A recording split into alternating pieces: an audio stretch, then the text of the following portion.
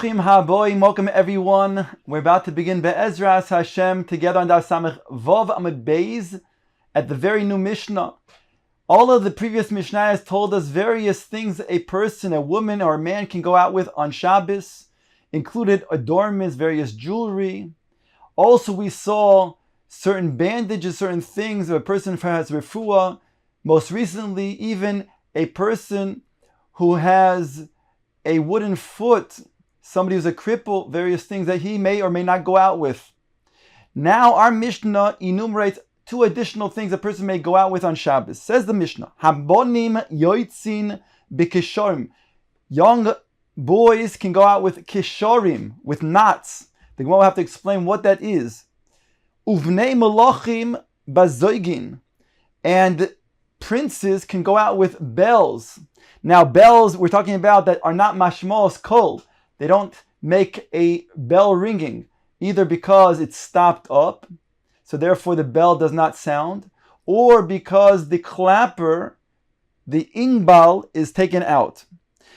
The Mishnah goes on to say, V'kol adam, and this refers to everybody, not just b'nei malachim, not just princes that can go out with this bell, ela shedibru chachamim ba'hoive. But rather the chachamim just spoke about the normal instance that b'nei malachim go out with these types of bells as ornaments, and therefore it mentioned them, but really everybody else is included.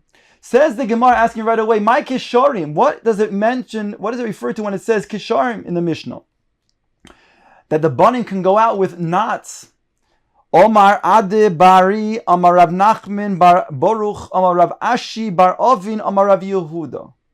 Kishure Pua. This refers to Kishure Pura are the stems of a certain plant that are wrapped around one's neck as a form of refuah, of healing. Omar Abaye Amre Li'aim. Abaye says, now it's not referring to his own mother because he was a Yosem, his mother passed away while he was in childbirth. Rather, it's the one who raised him. And he says the name of his mother, the one who raised him, namely Tlalsa Mukmi. If one ties this plant, the stems, with three different kisharim, then it's going to then abate the illness, hold it back from developing. Chamisha masu. 5 knots, however, will already cure the ailment. Shiva afilu likshofim mali. If there's 7 knots, then it will even be effective against kshofim, against witchcraft. So long as these knots have not seen the sun or the moon, mitra has not been exposed to the rain, did not hear the voice of iron being clanking, and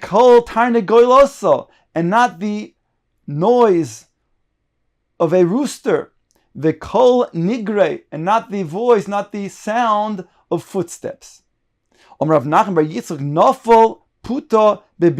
If so, all of these requirements make it so it's very, very unlikely to be used, and therefore that remedy called puta, taking this plant and tying it with various knots around one's neck, is falling into the bira, into the pit. It's not useful. The one who does say the pshat in the Mishnah, indeed, of ksharim, that banim can go out with ksharim, and it's referring to this plant that is tied in knots as a remedy, ask the Gemara, my area banim, afilu bono is nami. Why mention only boys can go out with this ksharim and not girls? After all, if it's a remedy, it should then heal the girls also from their illness. My area ketanim afilu gedolim nami. And why mention young, only ketanim, even older people as well? Elamai kisharim. Rather, what's the pshat in the Mishnah? What says kisharim, that bonim are yoitzim b'kisharim, with knots? Kihoda amar Rav Avin bar Huna amrav Chama bar Guryo ben sheyesh gaguin al oviv. When a child cannot depart from his father, and he has tremendous longing for his father that causes him tremendous pain and sadness when his father is about to leave. So there's a way to remedy this. Noitil ritzua miminal shel yamin, v'kosher loy bismolo. The father takes the shoe strap from his right shoe and he ties it on the left arm of the child. Now this is going to be a helpful remedy for the child, whereby it will not be a problem of going out with these ksharim on Shabbos, since it's here to heal him. Now it's also not going to be effective for girls, because after all, girls are not as longing, they don't have the same ga'aguim as boys do for their father, whereby it won't lead to a tremendous amount of sadness and depression as it would be with a boy, and therefore this is considered to be a likely remedy for a boy. And this was the custom, it was used in this way, and therefore one can go out with it on Shabbos.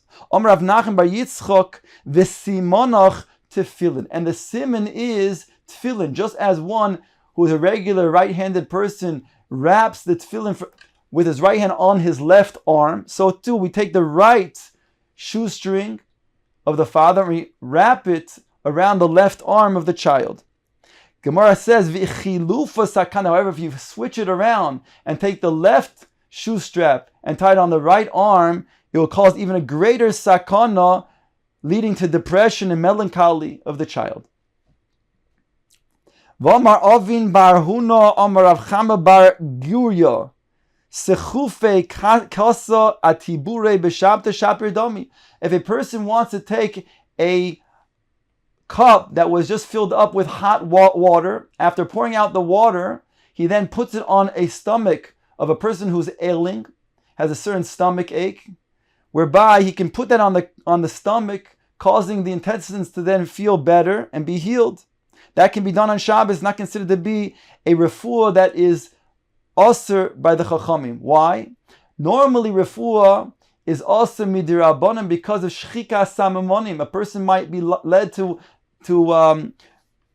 grind various herbs, but here this type of thing is not in the realm of grinding herbs, and plus, since it's such a painful situation this person is, the Chachamim were makel over here and said there's no issue of refuah.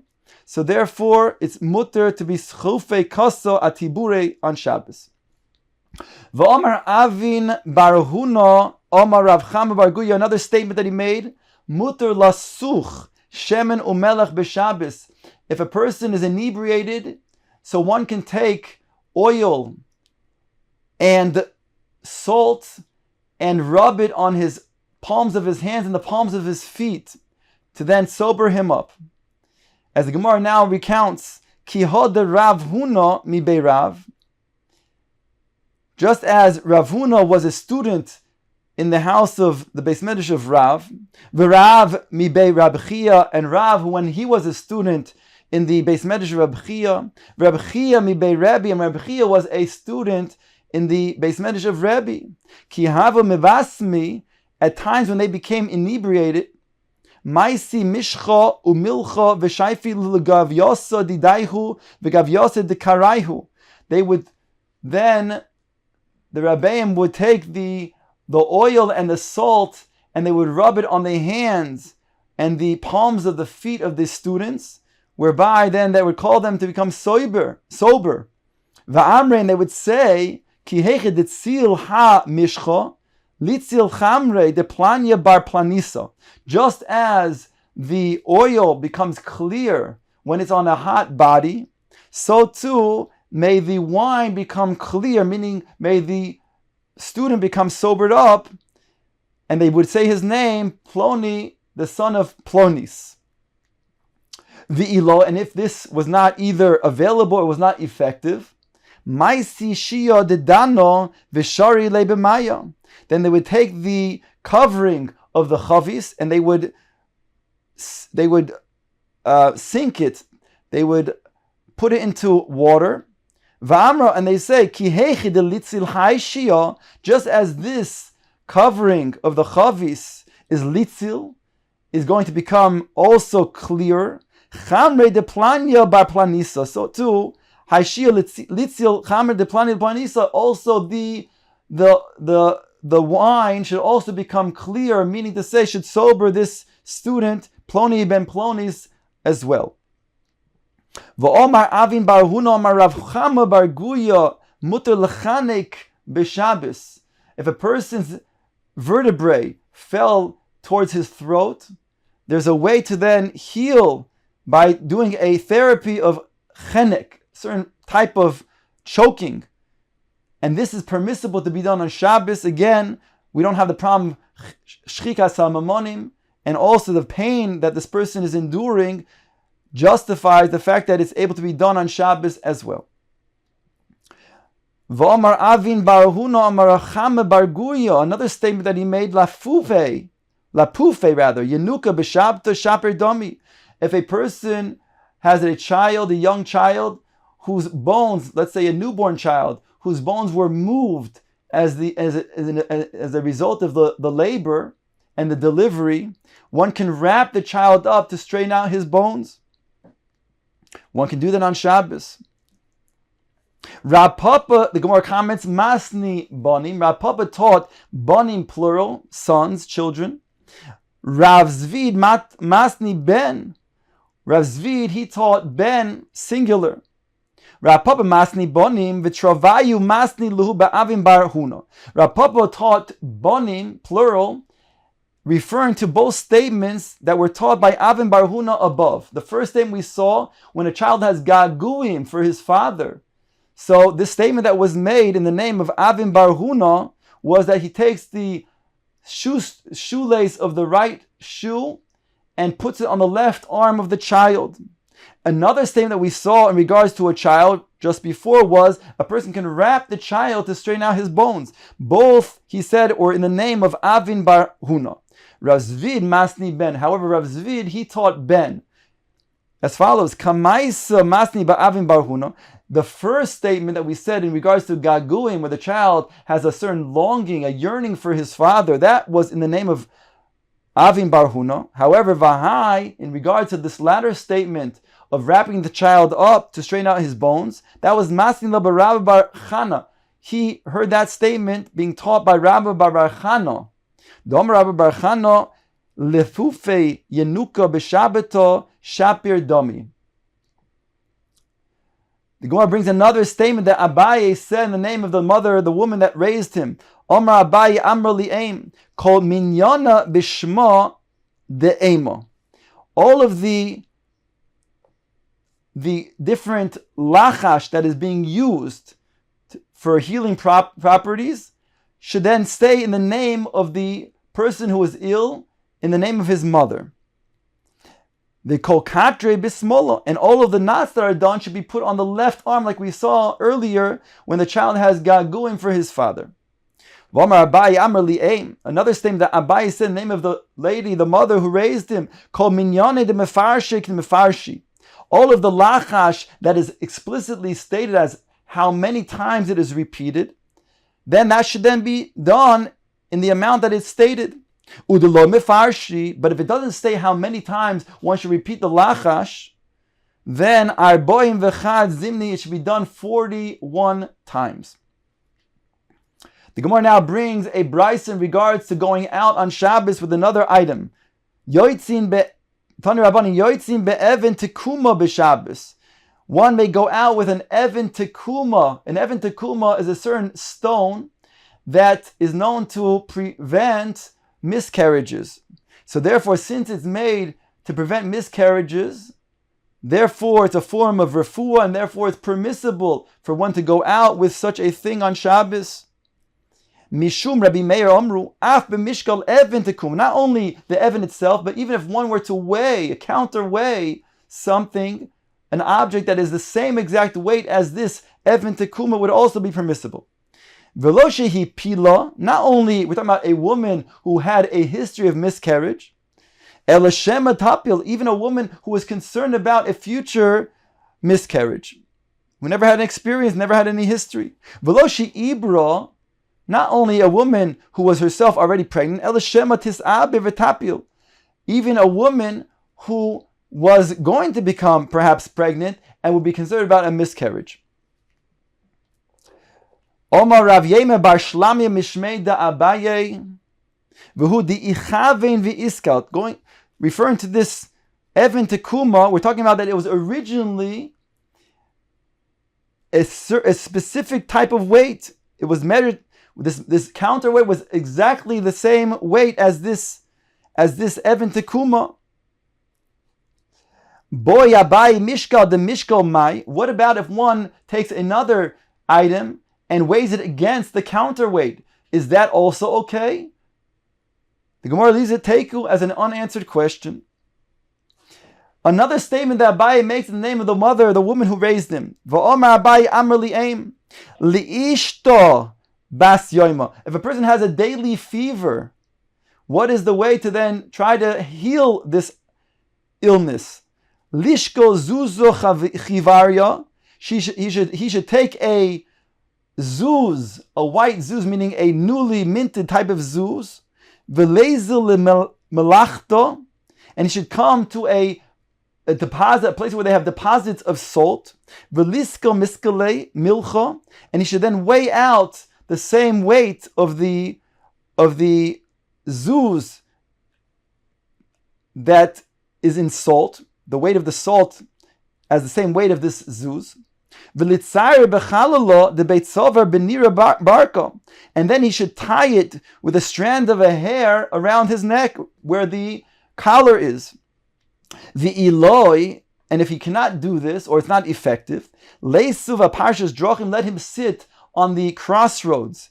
V'chichazu shum shemana gamlo, the dori midi, and he sees a big ant that is carrying something.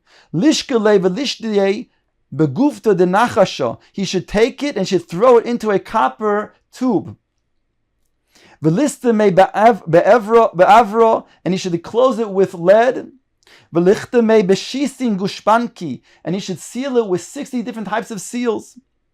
Ulebarzulo v'lidre, and then he should shake it, and he should carry it. V'lei molei, and he should say to this ant, Tu'unach alai u'tu'unai aloch, your burden is upon me, and my burden is now upon you. Omar le Rav Acha bereid Rav Huna the Rav Ashi, he took issue with this. This is what you should say, that this burden is upon, my burden is upon you and your burden is upon me. Maybe somebody else came across this big ant and already put his burden on the ant. So why would he want then to have the burden of the ant, which is now somebody else's ailment, on him? There was somebody else who then came across this big ant and stopped this illness with this ant. Rather, what she should say, my burden and your burden is upon you. And if he cannot do this or it is not effective, let him take a new vessel, and he should go to the Nahar, the river, and he should say, Nahara, river.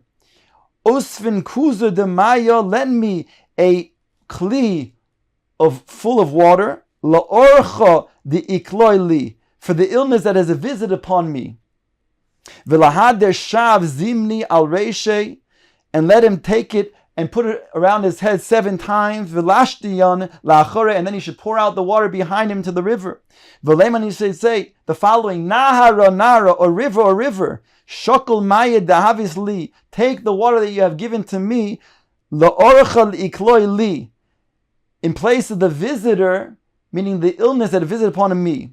B'yoymei also, the day that it came, u'v'yoymei also, on the day it shall go out.